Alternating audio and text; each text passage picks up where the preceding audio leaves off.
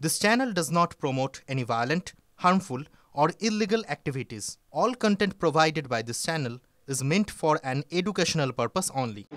যে SSC result ভেরিফিকেশনের যে তালিকা প্রকাশ করা হয়েছে সেখানে দেখা যাচ্ছে একজন দাগি শিক্ষক যার চাকরি চলে গেছে রায়গঞ্জে, সে তার নামও রয়েছে এবং সে পাশ করেছে, ভেরিফিকেশনের নাম এসছে।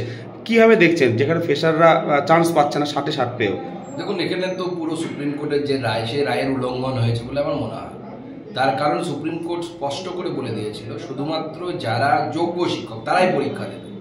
অযোগ্য শিক্ষকের লিস্টে যাদের নাম আছে তাদের পরীক্ষা দেবার কিন্তু কথা না।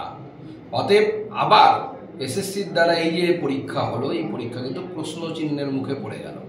একদিকে দাগি শিক্ষকরা পরীক্ষা দিয়ে চান্স পেয়ে গেছে, যেটা কোর্টের রায়ের বিরুদ্ধাচরণ, এবং তার সাথে ফ্রেশার্সরা 100% মার্কস পেয়েও তারা কল পাচ্ছে না।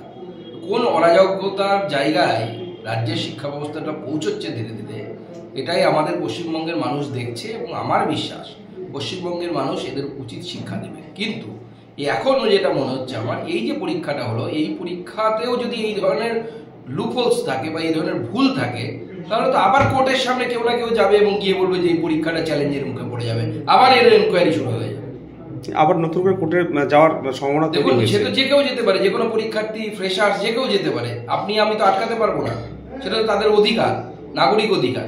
সে গিয়ে যদি বলে যেরকম একজন দাগি শিক্ষক সে চাকরি পেয়েছে, তো স্বাভাবিকভাবে কোর্ট ইনজাংশন দিয়ে দেবে কিছু প্যানেলের উপরে, আমি যতদূর আইন বুঝি। আবার অনেকে যারা যোগ্য ছিল পরীক্ষা একদম যোগ্যরা 100% মার্কস পেয়েছে, কেউ 60-60 পেয়েছে, তারা পর্যন্ত যা কল পাচ্ছেন না। কিন্তু ভয়ঙ্কর পরিস্থিতি।